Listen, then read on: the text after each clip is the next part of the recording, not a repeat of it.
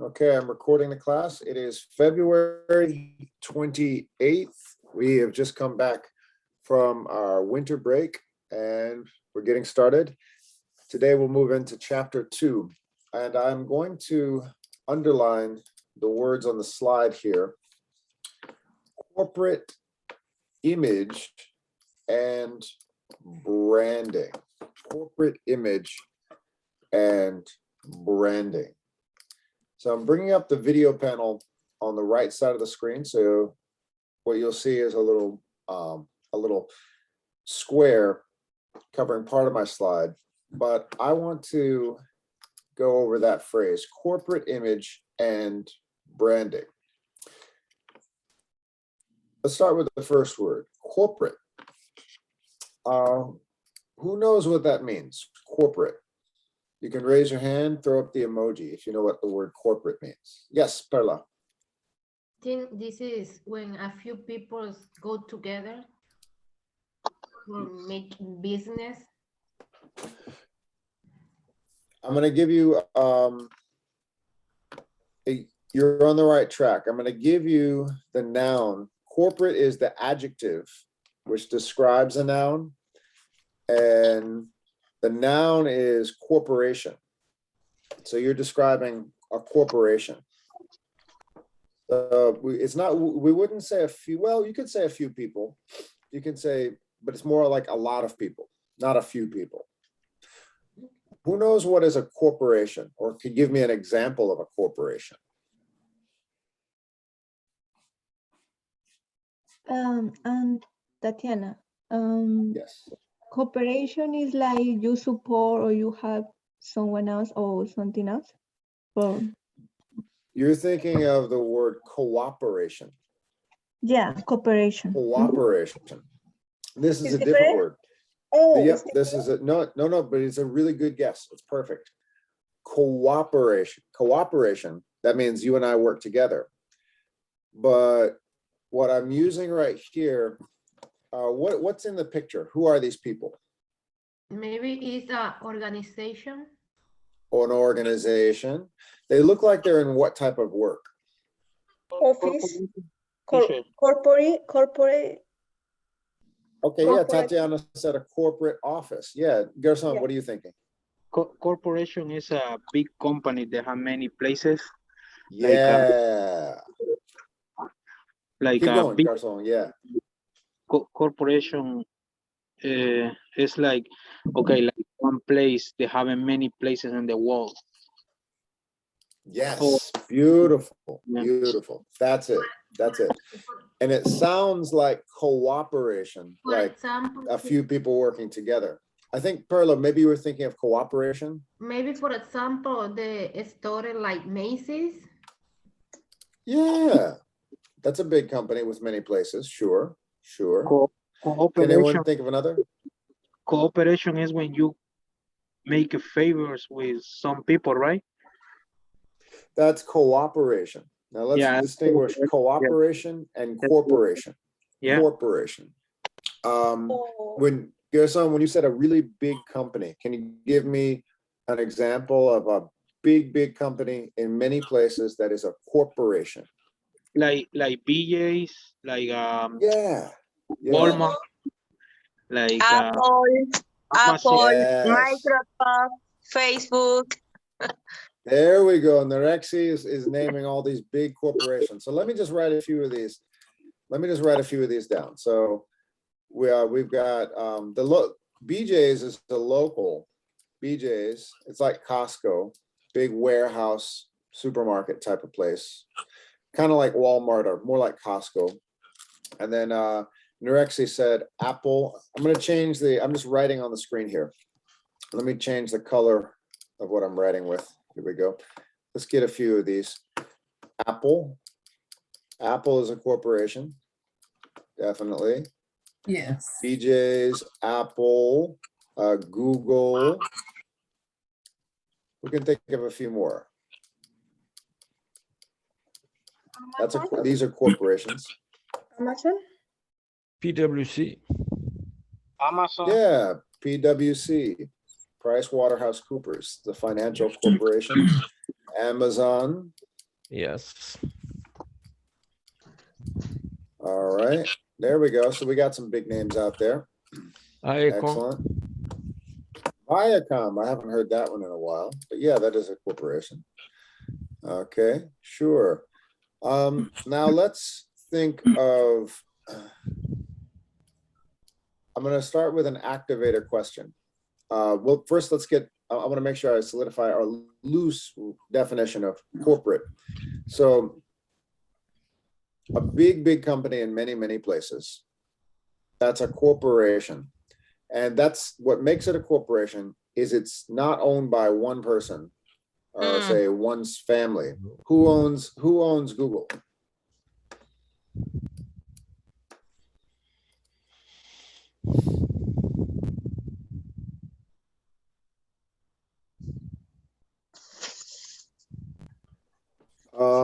Would anyone like to own Google right now? Every day, teacher. No, this is a trick question. I'm gonna give you, show you what makes part of the definition of a corporation. Who here would like to own Google? It's a trick question. What is your question, teacher? Who would like to own Google today, right now, Oh, before this yeah, class is finished? This is a trick question. Everyone. Okay, everyone, I'll show you let's think of a few. Who would like to own BJ's? Whoop. Anybody? Okay, so I'm gonna go into,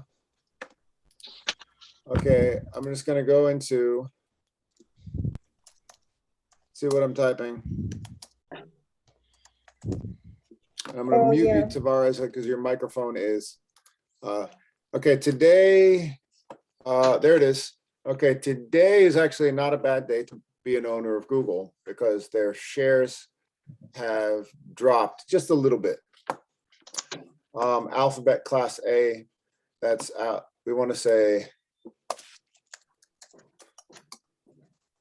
Google is actually split up into several companies because of a few antitrust laws that we'll get into later in the chapter. But there it is. Okay, so, all right. So if anybody wants to own shares of Google today, it's not a bad day to buy some, because why? The price? Right, the price has fallen a little bit. Now, if I today, and who knows what's going to happen in the future? If I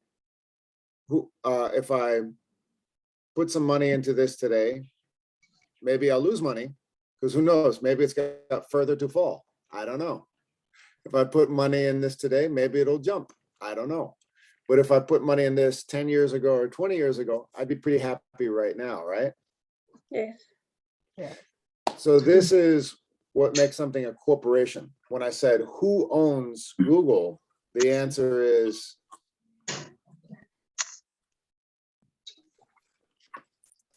A lot of people. a lot of people, right? These are called publicly traded companies. And a lot of, and when I say own, and I'm showing you these charts with, these lines going up and down like this, owns what? How do you become an owner of one of these companies? When you buy some share of the company. Shares. Yes. Yeah. So Tatiana said shares. That's one of the vocabulary words in this chapter. Shares of what? When you buy a stock. A portion of the company. Shares of stock, right? There you go. So that's going back to what makes something a corporation. A lot of these are, if they're a publicly traded company, anyone in the public can buy a share of a company and make money or lose money, taking that risk. That's part of a corporation. Now, if I'm going back to my slides now, the noun corporation, if I conjugate it into an adjective, corporate image. What is corporate image? I think corporate is your physical image. I don't know. The face, the organization. Is when you have many transaction for the money and business. I think That's- it's image of employees. Well, what does it mean, an image? If What does it I mean? am, yeah, what does it mean to have an image? Like a Basically, if, picture? yeah, Did- but not in a literal sense, a figurative sense. Oh, Do you want people, well, think about, what do you want your image to be in life? Positive or negative?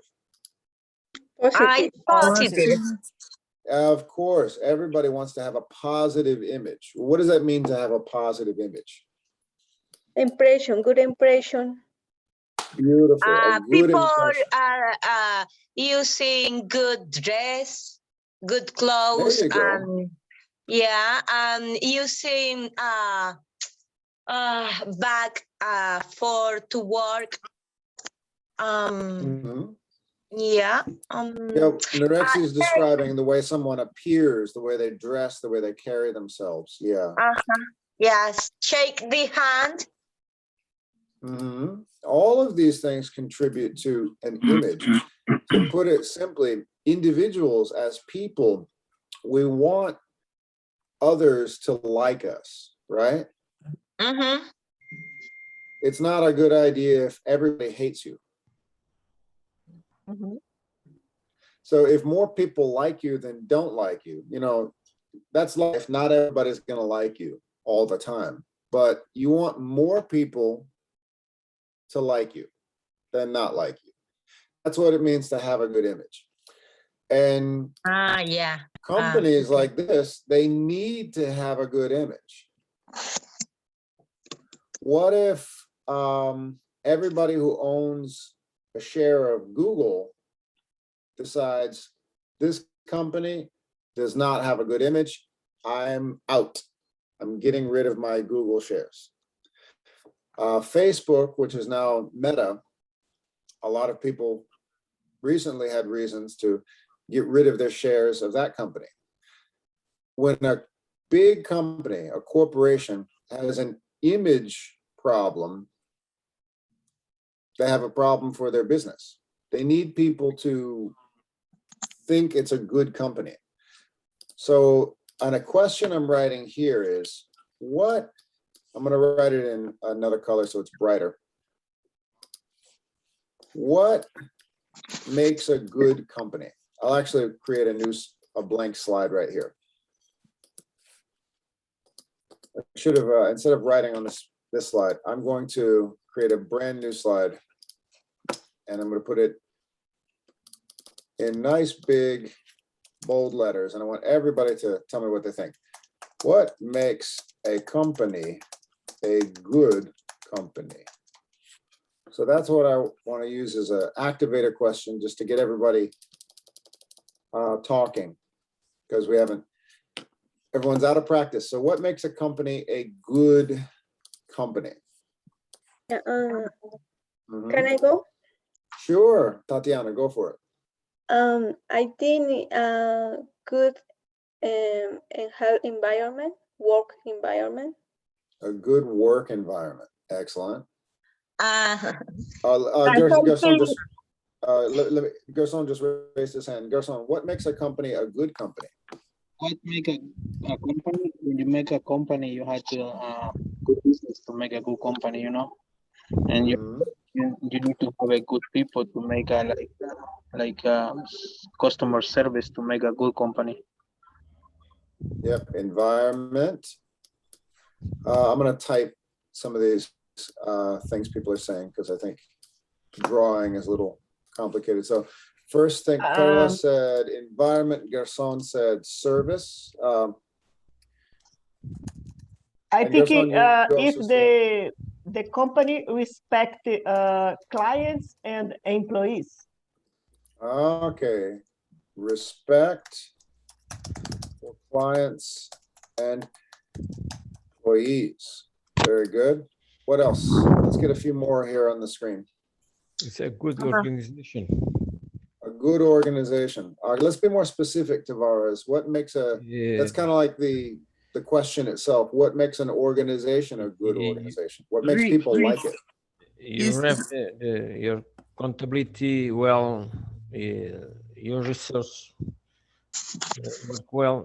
You mean that they contribute, Yes. they give back to society in some way?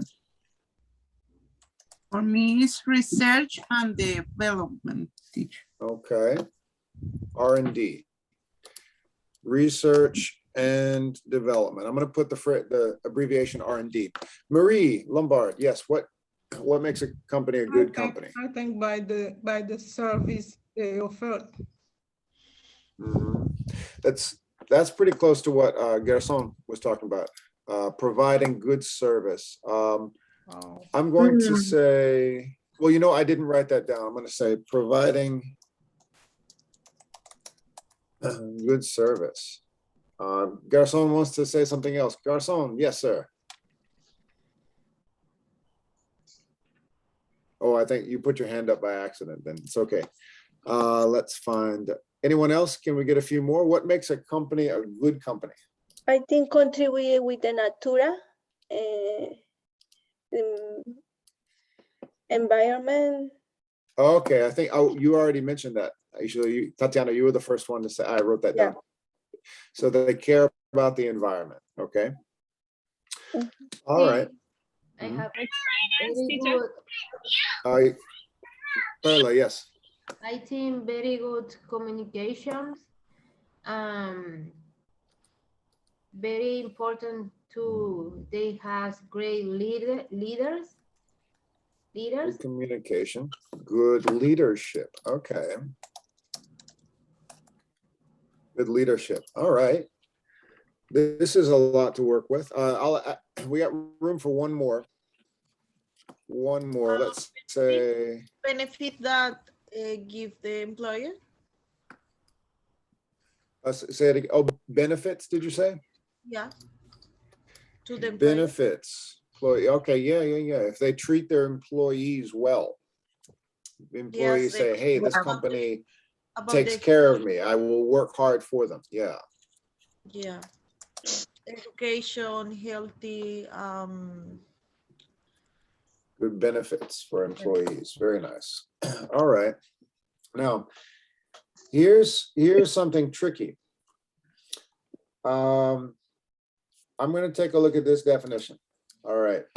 So I think Garcon was the only one who mentioned this, but I'm going to put a few, I'm going to change the color to green here. And put this down. Whoop. Sorry, I'm having too many. There we go. Okay, what is this? Money, Oh. money. Well, I was curious. For some people, it depends on who you are. For some people, the first thing they want to know is, does the company make money? For some people, that's all they want to know. But I'm very glad, I want to point out that this class pointed out more community-oriented things. Do they care about the environment? Do they have good leadership? Do they provide a real good service? Do they respect their clients and employees? I put these dollar signs here, and I was wondering, if we talk about it, let's talk about a few companies, and let's decide, using these definitions, is this a good company? Let's start with, everyone knows this company, right? Yeah. What's that company? Yes. Walmart, okay. Yeah. That's a corporation. You can buy shares of Walmart. You can, if they make money, if their shares are valued as very high, you will make money too. If they lose money, you will lose money too. Do you see Walmart as a good company? Good communication? Do they respect their clients and employees? Raise your hand. Let's get some opinions. Let's think, take a minute to think. Don't just shout out the answer. Everyone knows this company. You've had experience. Some people in this class work for this company. Think about it. Is this a good company?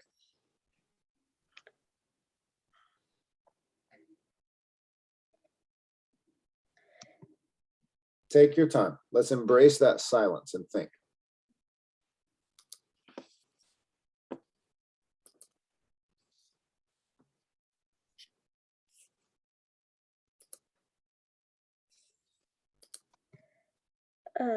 Teacher, I have one question. Sure. Good company for what? To work, to invest, and just Exactly. Tatiana is thinking, is really getting at the heart of the lesson this week. A good company for who? If I am working in the, if I am driving a truck, I will have a very different perspective than if I am, say, the CEO at the top. Good company for who? Gerson, what were you thinking?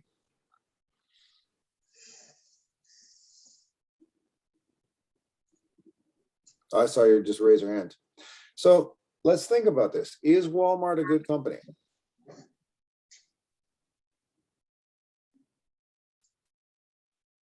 Like They're a all customer, over. like a customer is a could be good like a customer, but like employer we don't know. But if you go to the Walmart, sometimes it's cheaper. So for me, like a customer is good. Excellent. So Erica, you are smart. That's a good, smart answer. It's good for the customers who want to buy cheap stuff. I can always find something a little bit cheaper there. Sometimes you can find something a little cheaper there than even on Amazon. So if I just want cheap stuff, it's a good company.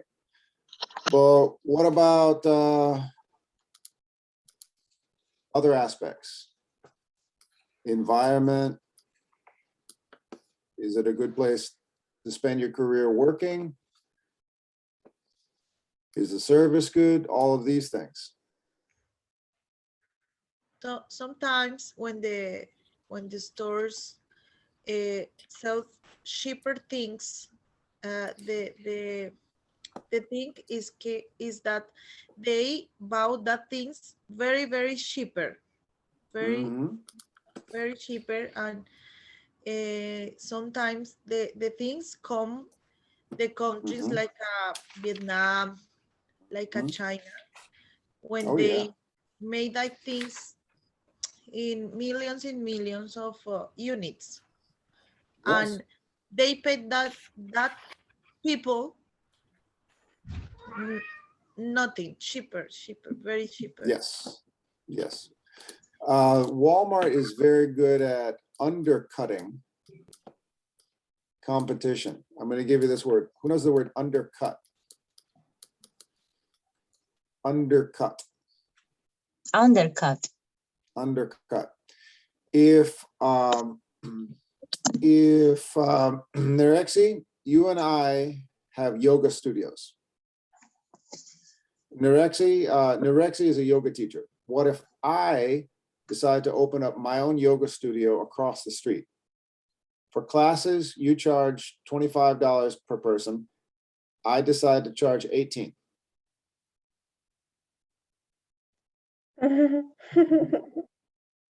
What does that mean for Nerexi if she wants to compete with me? She had to decrease the price. She will say, oh yeah, well, I'm going to charge 15. And the next thing I know, we're going to be undercutting each other. And the next thing I know, I will say, I'm going to charge $5 per class. Whoever heard of a $5 yoga class? That's crazy. But I probably, but it's important. But what if I have all the clients, I open up 20 yoga studios and I start charging everybody $5 for a yoga class? Then I have what's called market share. Market share. It means all the market for yoga studios will go to my company. So it's very, very hard for small businesses to compete with a company like Walmart. Now, we have laws in this country, but we'll learn about that. And it's laws to prevent this from happening. And here's one of the vocabulary words. Monopoly. If you are, I'll tell you which page in the textbook it is. Monopoly. Yeah, monopoly. Yes, that's on page 27. We're going to go over it shortly. On page 27, when a company has all the market share of a business or some type of a service or goods, production of goods, and then customers don't have choice. So for instance, if my yoga studio gets so big, anyone who wants to practice yoga in the country has to go to my studio and has to pay what I say they pay, because I've taken all the market share by undercutting Norexi and other competitors. I have a monopoly. So Yeah. that's Walmart is excellent in undercutting to gain market share. But is Walmart a monopoly? It's hard to argue, because when you go to Walmart, you pick up something and think, it's cheap. And then you look on your phone and do what? Guess what? I got it cheaper at Amazon, and you put it back and you walk out. Everybody does that, right? Or if you find something on Amazon and you say, that's cheap, you look on Walmart and say, aha, I'm going to go back to Walmart. Or you look at, can I get this cheaper somewhere else? Oh, you know what? I can get this cheaper at BJ's down the road. I'm going to go there. If the customer has choice, that's how capitalism is supposed to work. And market forces dictate the price. But So it's really hard to say. between company, they have competition. Yeah, right, exactly. If companies have competition, it's hard to say there's a monopoly. Right, so, but let's go back to just the basic instead of the vocabulary. Yes, Tatiana. I want to say something. Sometimes the companies had like agreements or deals under the table, and they put some prices to know to be friends and to have good relation. You know what you're talking about is something we're going to get into later in the chapter. All that good stuff, all that stuff. Now let's name another company. I have a somewhat. Perla, yeah. It's no Walmart, but in Target, when do you see something in some price like $20 and you check online is less, is $15, and you tell the cashier when you pay, they give you the price you see online. That's a trick. Yeah, that's a trick to stay competitive. Yeah, that's a trick to keep the customer, because people don't want the customer to walk out and say, I'm just going to go order this online. They want to keep them shopping there. Now, what about this company? Facebook? Good. Yeah, good company. What does everybody think? Good company? Yes, no? Yes. Yes, very good. Okay. Let's going by our own definitions. Do they provide a good service? Yeah. Yes. Facebook is only one company, or is together with WhatsApp and Instagram, or is separate? No, Beautiful question. Beautiful question. Now let's get Perla. is mentioned. Perla's just mentioned something I was going to mention in the next 5 minutes. But first, Perla, I'm going to answer that question in a minute. Let's identify your opinions. Is Facebook, now it goes as Meta, their new name is Meta. Is this a good company? Do they make contributions to society? Do they respect clients and employees? Do they provide a good service? Do they have good leadership? Do they care about the environment? All these things. Some people shouted right away, but I want to get everybody to take a minute and think, is Facebook a good company? Okay. Soon to be recognized as Meta.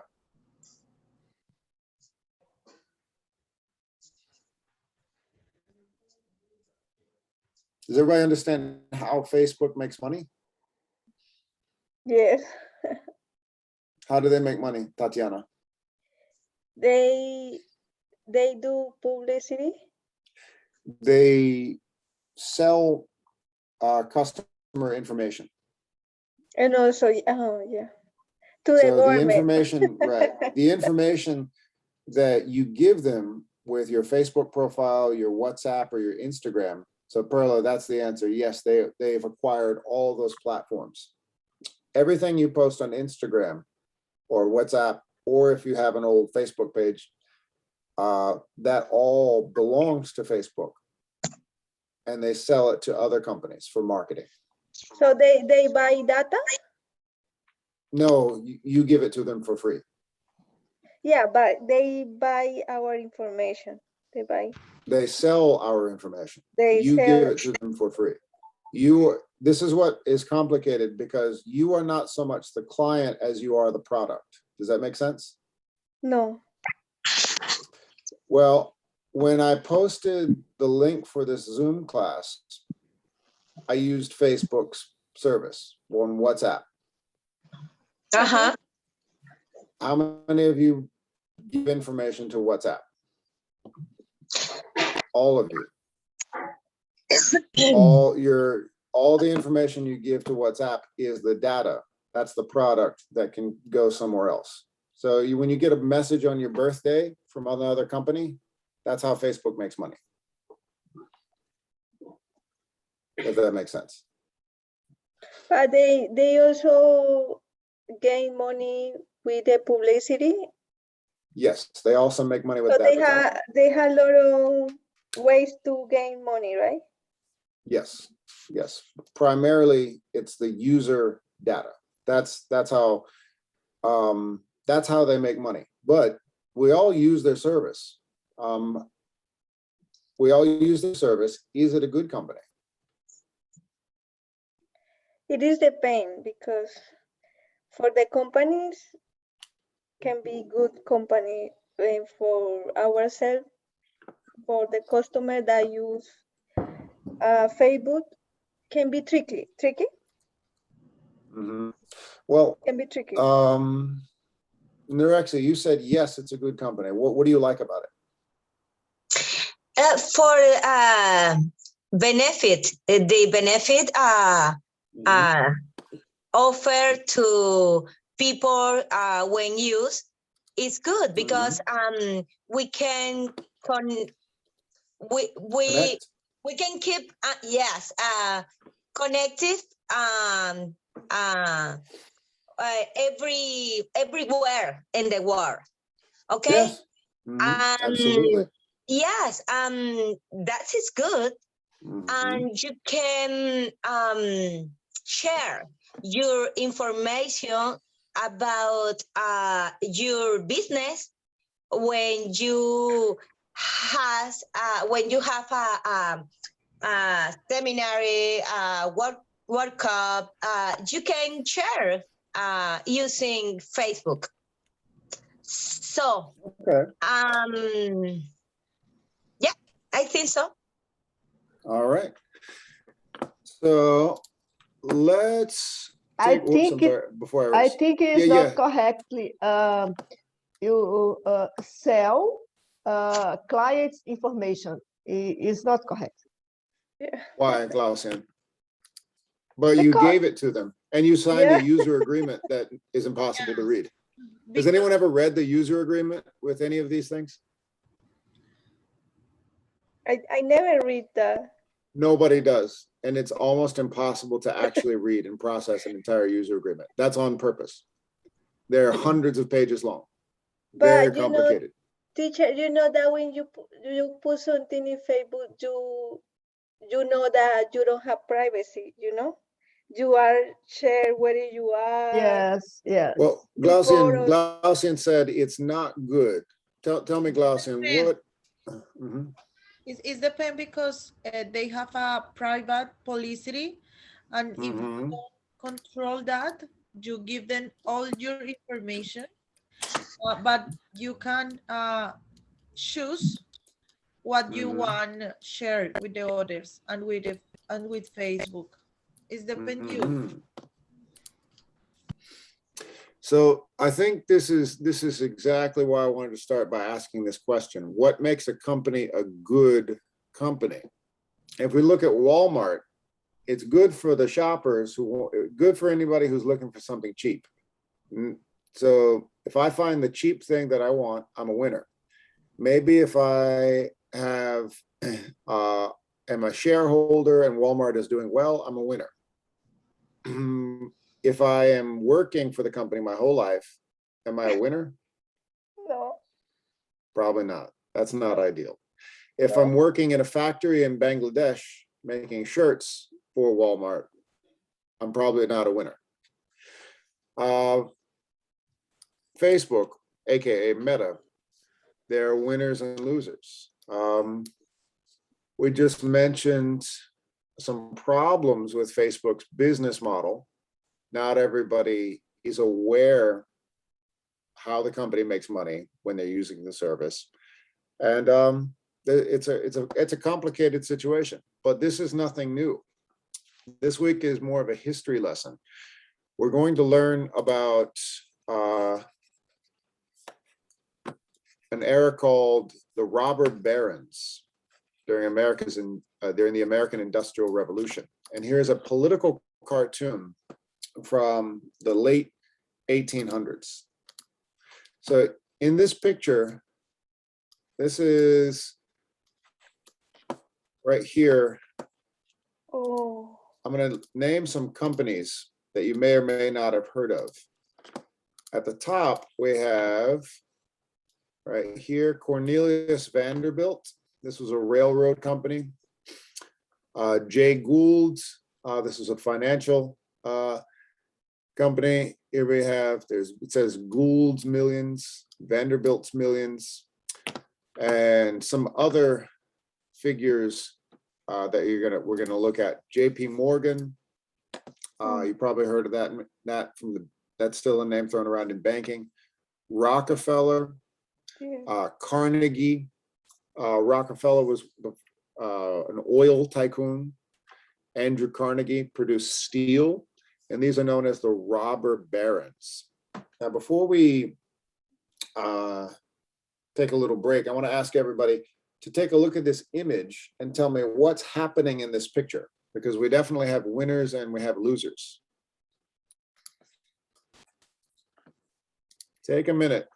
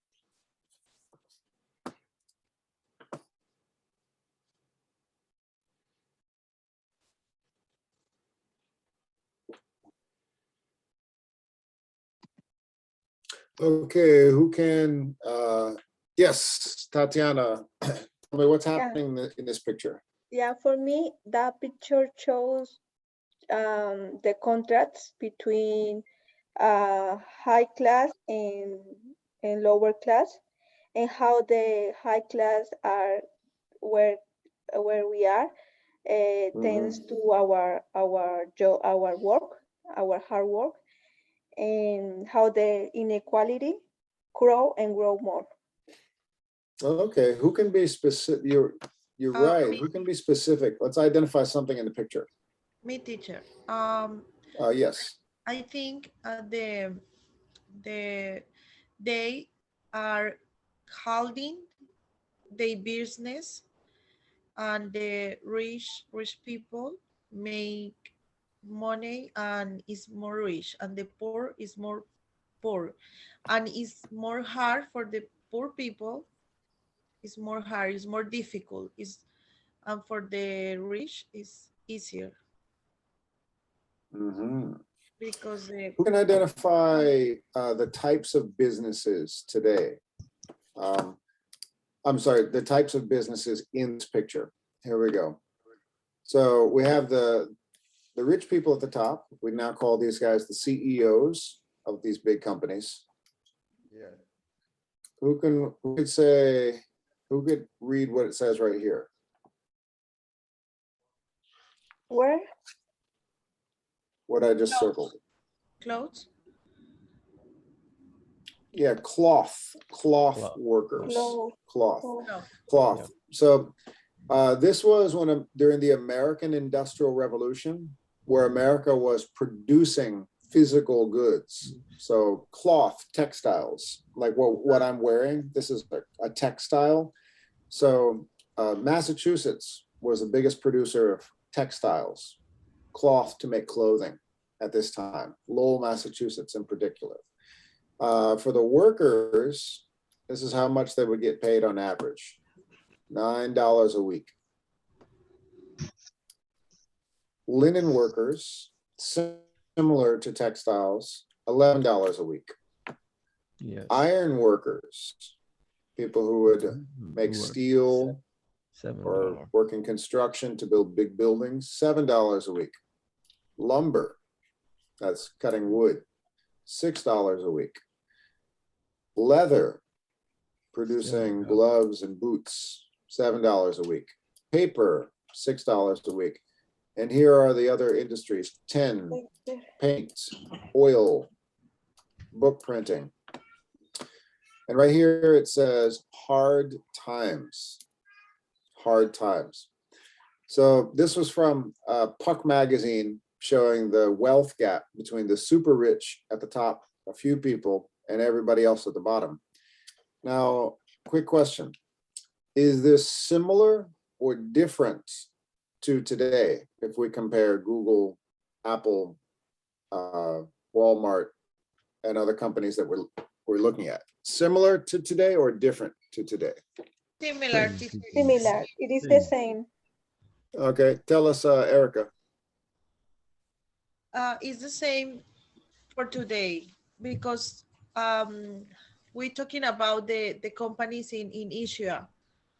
For them, they paid a few money for the job, for they work a lot of hours, many hours, and they sell the things for us very cheaper. So it's the same. All right. Now I'm going to switch to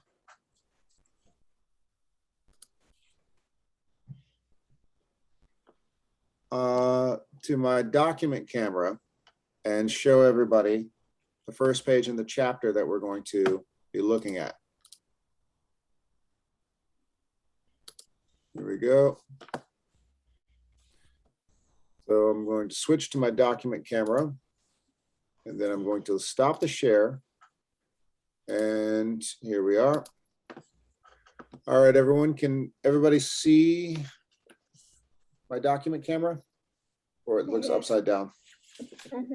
Yes. Is that clear? Yes. It's not upside down? Oh, it's in the contrary way. Oh, yeah, so it is upside down. Oh, I had it backwards. There it is. All right, so everybody, before we take a little break, I want to do this exercise right here. It says Wall Street vocabulary. To read about the, quote, robber barons. Now, robber barons, that was a name given to the ultra wealthy, people who were the CEOs of big companies at the end of the 19th century. It says, you need to brush up on your Wall Street vocabulary. Does everybody know what is Wall Street, or where is Wall Street? Yes. Yes. New York. It's in New York, yeah. Wall Street vocabulary, it's where the New York Stock Exchange is. So when people are talking about corporations, the term Wall Street, it's not talking about the physical street, it's talking about the language of business. Wall Street vocabulary. Work with a partner. Try to match the words and phrases with their definitions. Consult a dictionary if necessary. I'm going to ask everybody to take a look at these 8 words in your textbook. And we're going to take a break shortly. I'm going to give everyone the pronunciation.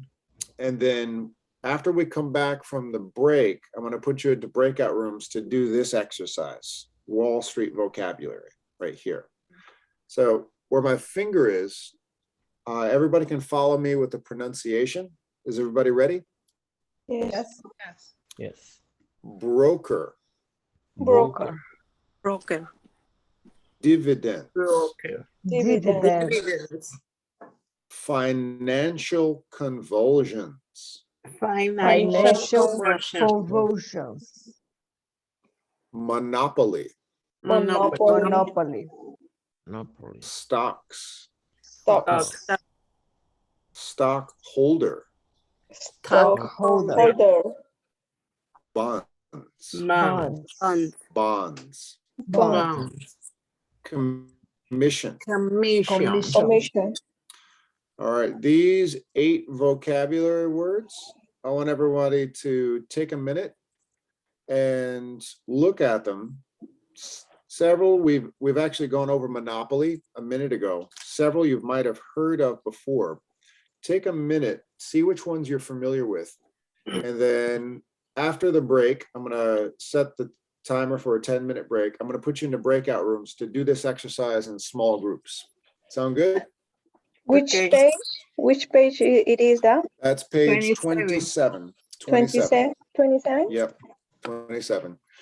Yep, so here we go. I'm gonna go back to the regular camera and I'm gonna turn my camera off and then I'm gonna put a timer. Here we go. So I'm gonna give everybody a break and when we come back, I'll put you into breakout rooms to go over that exercise. So here we go. Okay, teacher. So that those are the next vocabulary words we'll be looking at. Here is the timer.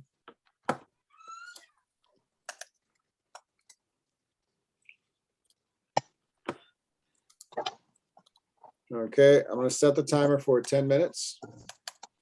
Everybody grab another cup of coffee. Okay. And I'll see you shortly. Okay, thank you.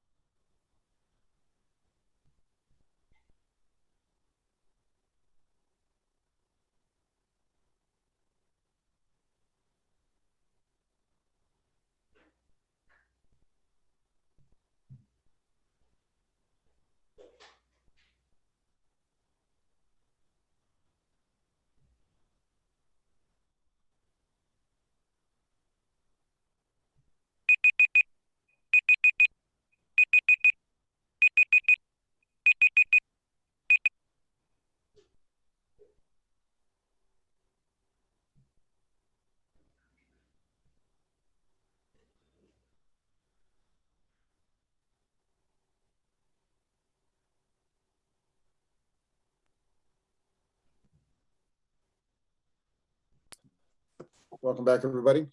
What we are going to do now is I'm going to put everyone into breakout rooms, and we're going to look at exercise 2 on page 27, titled Wall Street Vocabulary.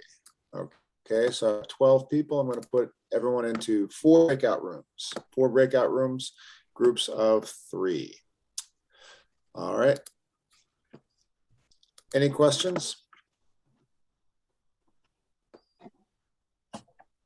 Now, some of you are actually in transit. Maybe you're working, like say if you are garçon, you might have to stand up and walk around. You might not be able to hold your book. You can still talk to go over a few of the words. Alessi, if you're walking, you can still listen. Here we go. So I'm going to put everyone into breakout rooms now. 4 breakout rooms. Here we go. And it's page 27, the top of page 27, Wall Street Vocabulary. Everybody ready? Okay, thank you.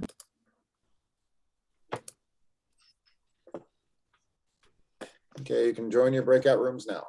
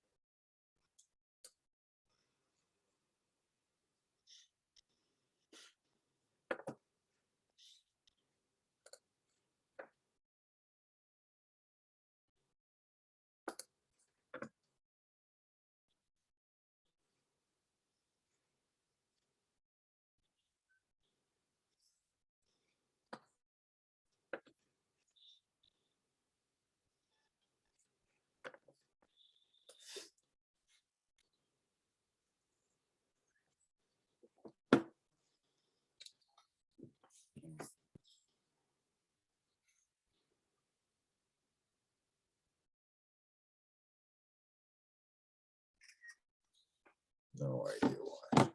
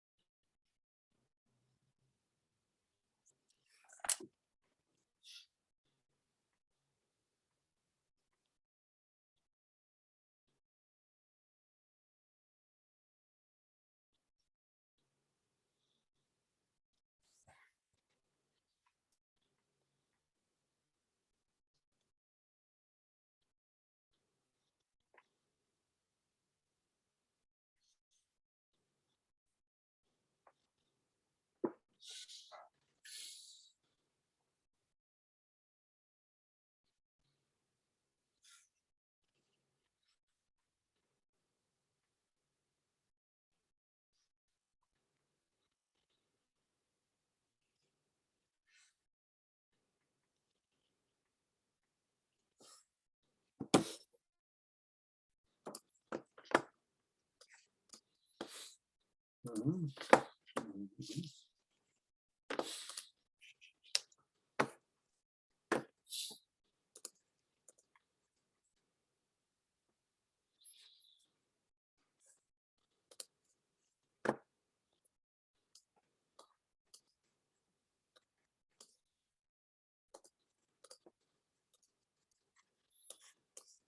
Mhm.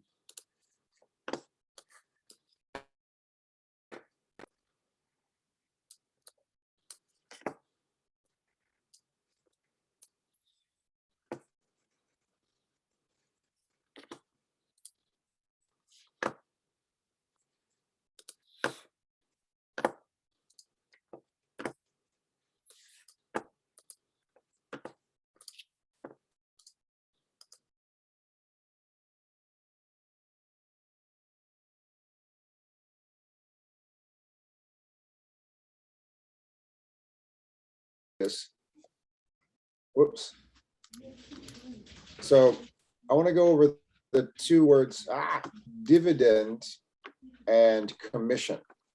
Glausian says, for your answer for dividend, which one do you have, Glausian?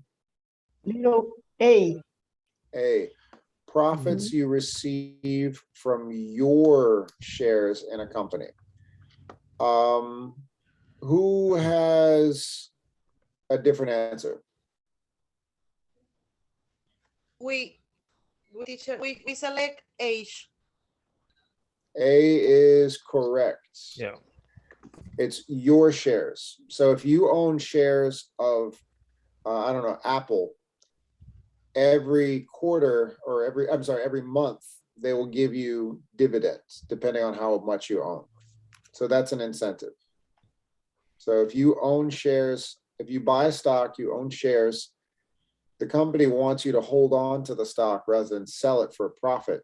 A reason to keep shareholders happy is to give them dividends. Hey, listen, keep your money with us in the company, investing in us. We're going to give you little bits of money, very small amounts of money each month, convincing you not to dump all of your shares.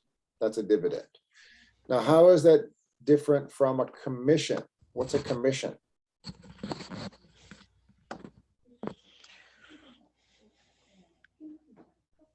Commission is has the- payment Yeah. an agent for buying or Right. selling Yeah. stock. Right. Yes, so it's the payment for the agent. Remember the broker? The broker, that's a broker and agent are synonyms. So when you buy a house, the agent or broker, that's the same thing. They will get a commission Commission. for yes. making the deal happen. You buy a car, they will get the agent will get a commission. So that's anybody work in retail? No. Like when you sell clothes, oftentimes the seller is working for commission. If you go to a store, you buy a nice dress, you buy a suit, whoever approaches you and helps you get fitted for the clothes, they are working for commission. Mhm. So that's the difference between commission and dividends. All right. I think those are the two confusing ones. The rest, I think everyone should be all right with. Let's go for this tongue twister. Financial convulsions. What is that? Who's got three? If you have the problem. Economic recession and depression. B. Okay, Glausian says B. Does anyone have a different answer? No. B. It is B. B. Correct. That is B. All right. Monopoly. We went over that one. Which one is monopoly? E. I'm going to cross off the ones we've already done. E, exclusive control of the market. Do you remember my example of market share? Eliminating competition. There it is. Monopoly. So my example with Norexi, if Norexi and I are competing with yoga studios and one takes all the market share, that's a monopoly. Okay, there it is, E. Okay, number 5, which one is, who's got number 5? Stocks. So C, C. C. C. C, C. shares in the ownership of a company. There we are. That's correct. And now we've only got two more, G and H. 6, stockholder. Stockholder G. Pero G. G. G. G, that is correct. Owner of the shares, and that leaves bonds H. Even though there was only one left, bonds, I still want to explain what this one is. A. H. What it doesn't, it says official documents promising the government Yeah. or company will pay back money that is borrowed, often with interest. This is how governments make money. E. Governments make money with taxes. That's the primary source of income. When you pay taxes or you buy something and there's tax, you pay a toll on a road. That's a direct way governments can make money. Bonds are other ways that governments make money. So this is when explaining bonds, this is actually when I like to get a consensus of where everybody's from. If you buy bonds in the US, it's a very high likelihood that you're going to get your money back. So for instance, the city of Boston, let's say the city wants to build a new bridge. About 20 years ago, they were financing a project called the Big Dig, and there was the Leonard Zachem Bridge. One way to pay for this is taxes. Another way is bonds. Right. So how could a government raise money for a project with bonds?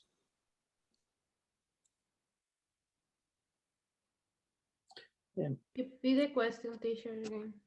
How can a government raise money with bonds? Put Use the them, definition put- here. Because Put they, the- Mhm. Wait,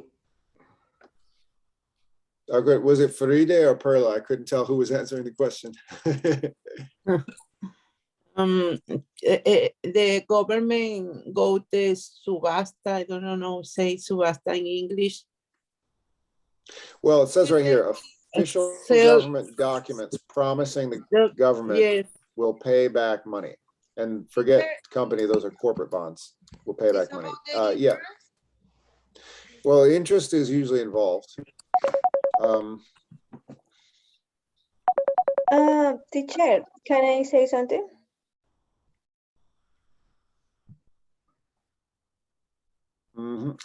Yes. Was I that don't Tatiana? know. I don't know if maybe these bonds are going to a stock market or Nope. like marker in the price can change. That's exactly why I wanted to go over the concept of bonds, because it's not a stock. Remember, if a government is issuing bonds, the government is asking you for money and they will pay it back. But it's a promise So, that well, basically, let's say I have, I've worked really hard and I have $5,000 in the bank, right? What could I do with it? I could put it in stocks, but there's a lot of risk in stocks, right? yes. Now, risk, you can make a lot more money when there's more risk. Yeah. Mhm. So I might make a lot more money, but things are unpredictable. I also might lose a lot of money. Bonds have less risk. It depends on who is issuing the bonds. Now, let's say the government, the municipal government of City of Boston is issuing bonds. And they say, give me money. I will keep this money for 2 years, 3 years, 4 years, 5 years, 10 years, whatever time they want it. And they will pay it back to you without interest. I don't know, 5% interest. I've made some money. because the government will give me more than what I gave. I'm not going to make a lot of money because I have a low risk and a low interest. But here's the question. In this country, if you give the government money, do you trust that the government is going to pay back what they owe you? Yes. Right. What about places you've come from? When governments No. want to borrow No. money, this is why I want to talk to everybody. It's No. very hard. No. In order for a government to be successful issuing bonds, they have to have trust of people. People have to trust the government with their money. People have to say, okay, I will give my this money that I've saved to the government, and in 2 years they're going to give it back what they owe me, and I will have a return on my investment. That's trust. So if there is trust between people and government, bonds are a great way for government to make money.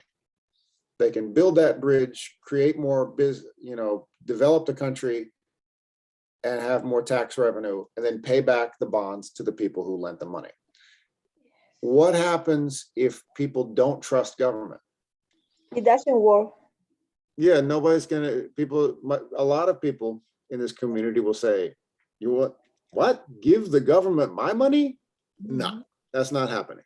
So And that's, also, this is, teacher, yeah. and also the government use this money through the time, and they have more money, they use our money. Right. Right. Bonds only work if there is trust of the public. If people trust that the government is going to pay back what they owe them, then the government can make money, can borrow money essentially. If the government needs money to fund a war, for instance, right now there's the government in the Ukraine could use some bonds, right? But that's tough. Who's going to give money to this country that might not exist in a few weeks, right? But they need that help. So it's tricky. When a government has a good track record of paying back their lenders, it's easier for a government to issue bonds. When a government, it's basically like your own credit. Like if you pay your bills, it's easier to get a credit card. It's easier to get a loan from the bank.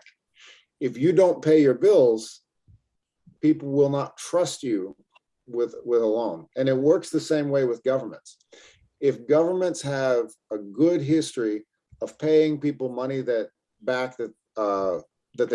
paying money back that they've borrowed to individuals and to other countries as well, then it's easier for that government to issue money in the future. And that's basically the concept of a bond.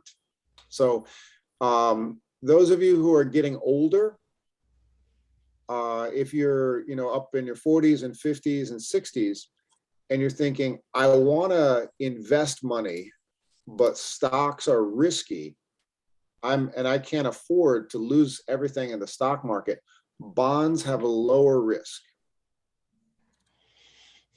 but they also have a lower profit margin. So usually as people when you're young, the idea is to say, put money into stocks and other securities because you have time to make that money back that you've lost. If you lose money, you have some time to make it back. There's risk. Bonds have a lower risk. So if you are getting older, it's a good idea to put a little money in stocks, a little money in your retirement account, a little money in your savings, and then a little bit of money in bonds, if you trust that the government is going to pay you back. So that's why I wanted to distinguish stocks and bonds. All right, enough of that. Let me show you what we're going to do to finish class. Here we go. All right. Now, in terms of the word robber baron, this is what I've given everybody for homework. We're going to look at, I'm going to give everybody 2 exercises to complete on page 30 and 31.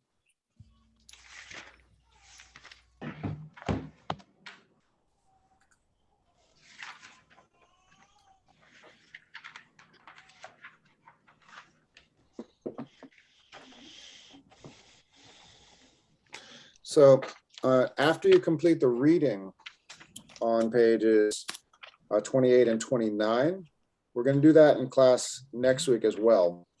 You can complete the exercises on pages 30 and 31. So on pages 28 and 29, you see three people, and they're nicknamed the Robber Barons. I'm going to hold this page well with my virtual background.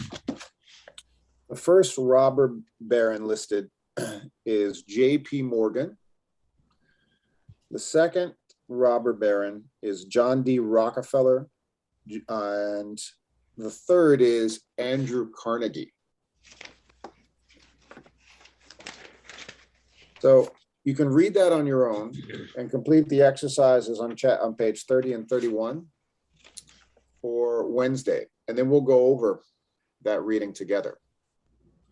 Any questions about that assignment? No. Okay, so let's do some fun stuff. A minute ago, we talked about what makes a company a good company, and we had several definitions.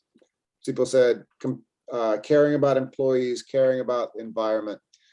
I want to show you, let's take a look at this company, Amazon.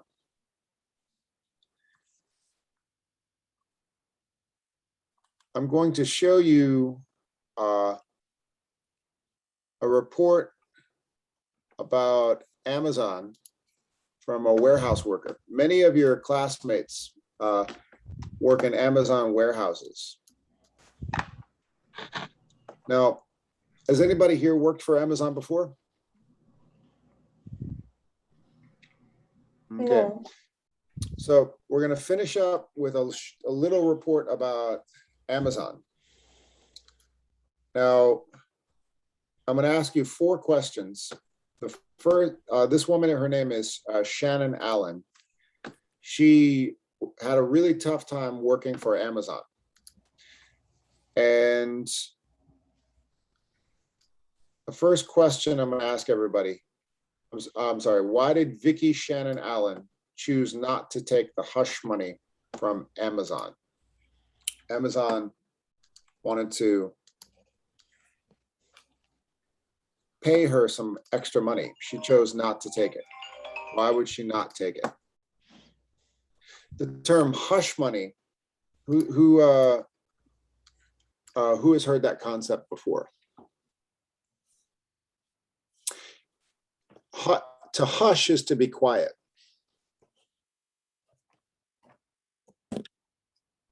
So she had a dispute with the company Amazon.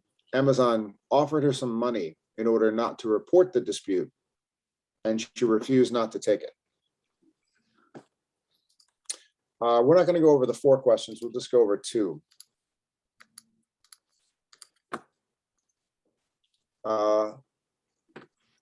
The second question is, what was Dave Clark's explanation for Sharon's injuries? She was injured in one of these factory warehouses. And what was his explanation for the injuries? So we're going to go over these 2 questions, and I think that'll be enough for today. And then we'll pick it up and use this for discussion next class.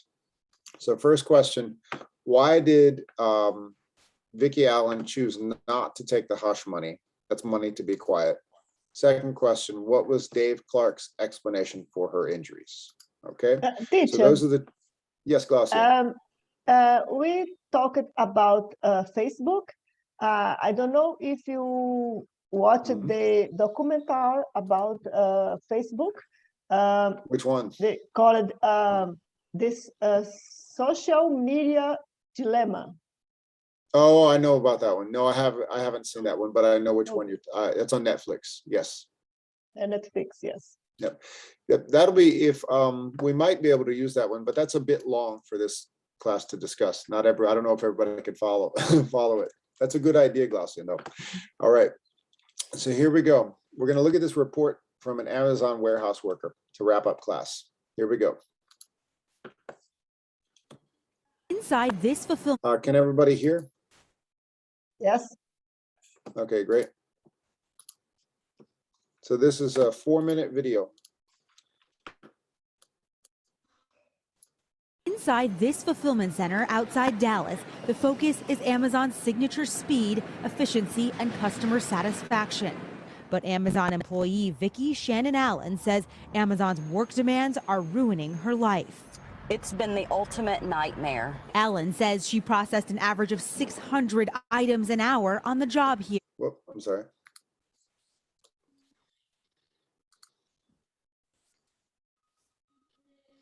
And says Amazon's work demands are ruining her life. It's been the ultimate nightmare. Allen says she processed an average of 600 items an hour on the job here at a broken workstation that injured her back. It felt like somebody stabbed me in the back and drug a knife all the way down. Allen showed us documents and claims Amazon attempted to minimize her injury by not sending her to a doctor for weeks and not paying her during the dispute over her workers' compensation claim. Now she's homeless, sleeping in her car, often in the Amazon parking lot. So you're sleeping right in here.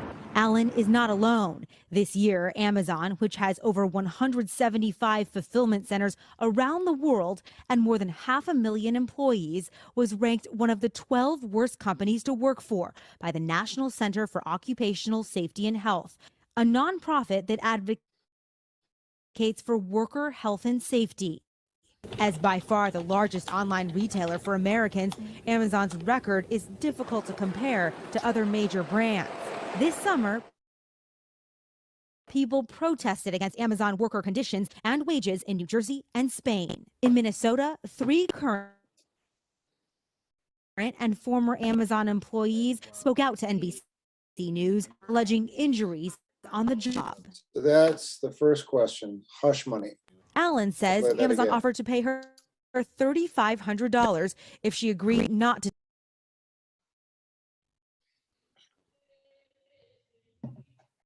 discuss her experience and pay her $3,500 if she agreed not to discuss her experience and to absolve the company of any responsibility. It's not worth me giving up my First Amendment right to be able to speak about what happened to me at Amazon.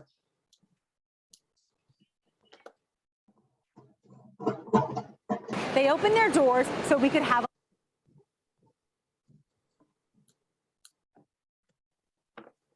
Okay.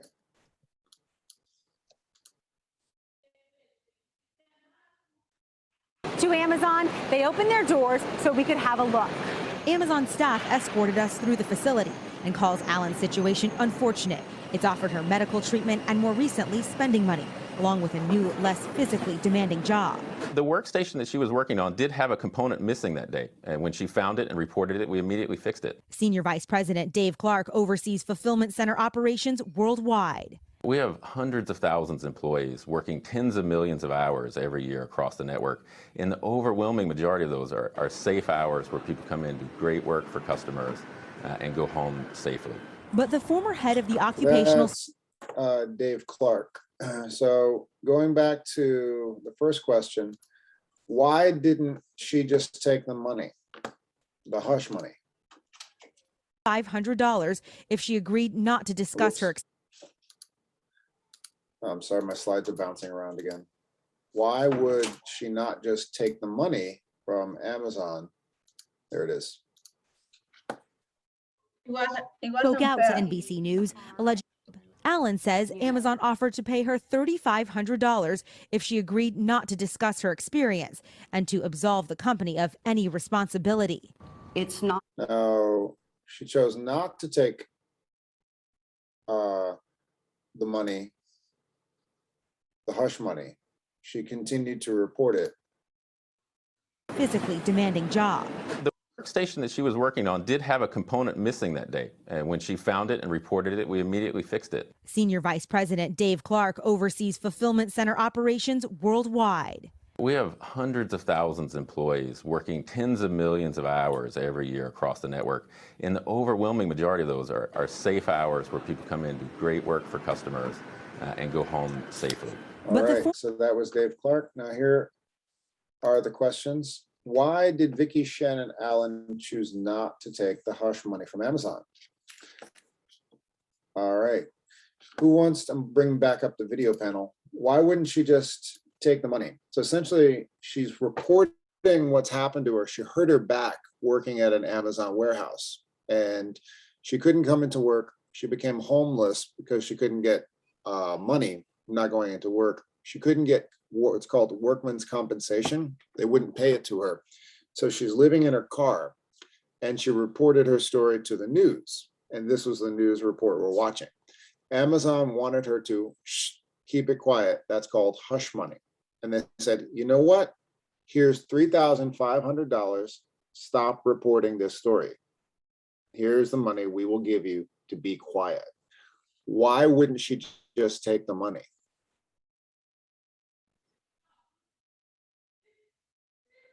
Anybody? Yeah, teacher. Mahlette, yes. Because the money is not to a lot money. Is too little. It's 3,500 is not too much because it's for her life. And maybe she doesn't go to another work anymore. Excellent point. Yeah, and if they give for her, maybe it's a good money because she doesn't have home. She's homeless. 3 times. It's 1 month for rent, teacher. Yeah, that money will go fast. Yeah. Yeah, it's not because if Amazon is a big company, if they pay for her something, maybe buy house, that's a good thing. There we go. So she's it's not enough, is Mahalet's point. It's for Amazon, $3,000 is nothing. Yes. And I think, teacher, this value is not enough for to fix her problem, her injury. Right. And of course, that's definitely not going to pay all those medical bills. Yeah, absolutely. Medical bills, yes. Good. Now let's go to the second question. So here's Dave Clark. Everybody knows Jeff Bezos, the CEO. This is the person who's responsible for warehouse operations all over the country. So everywhere they call them fulfillment centers, they're warehouses.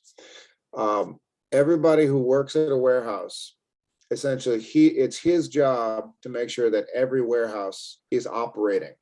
What is it that he said about Sharon, her injuries?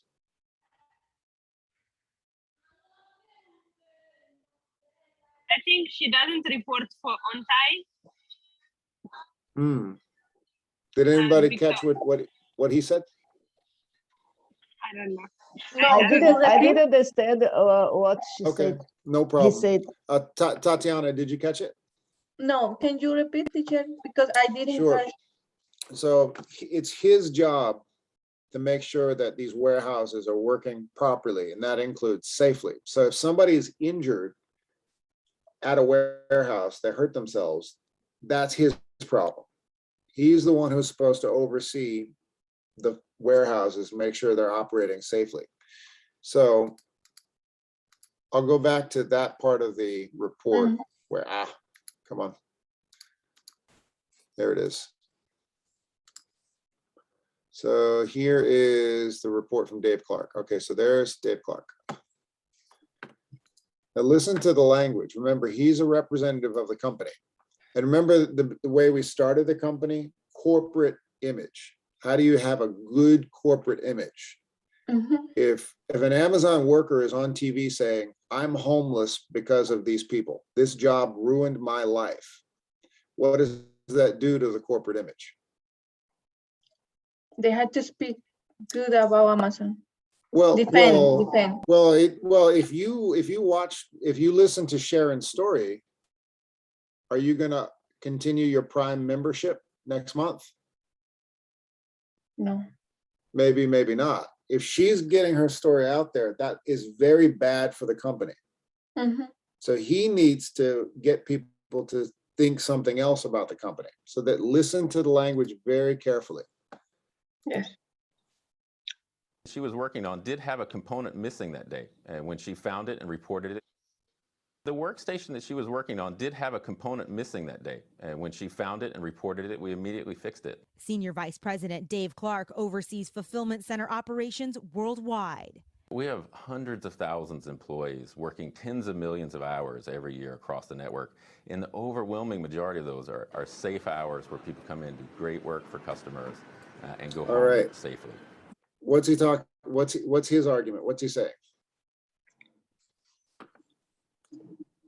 They had a lot of people were in the same situation and nobody had the problem that she had. Yeah, he's saying all of our companies are always working very well. Most people who work at Amazon have a great experience. He's saying all these warehouses are great, great, great, great, great. Why is he saying that? Why is he not really talking about her? He had to defend the company. Yes, that is his job. That is his job. That's his job. So she's getting her story out there. It's his job to counter her story, to say something nice about the company, to create good corporate image. All right, we'll stop it right there. And everybody, the assignment is on Google Classroom. So we'll continue with the reading in the book next week, and we'll also make some more comparisons to big companies today and big companies in the past. So enjoy the little history lesson that relates very much to our lives today.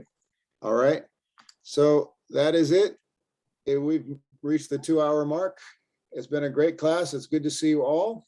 Thank you. And take care. I'll see you Wednesday. Bye-bye. Bye-bye. Thank you, teacher. Bye. Bye.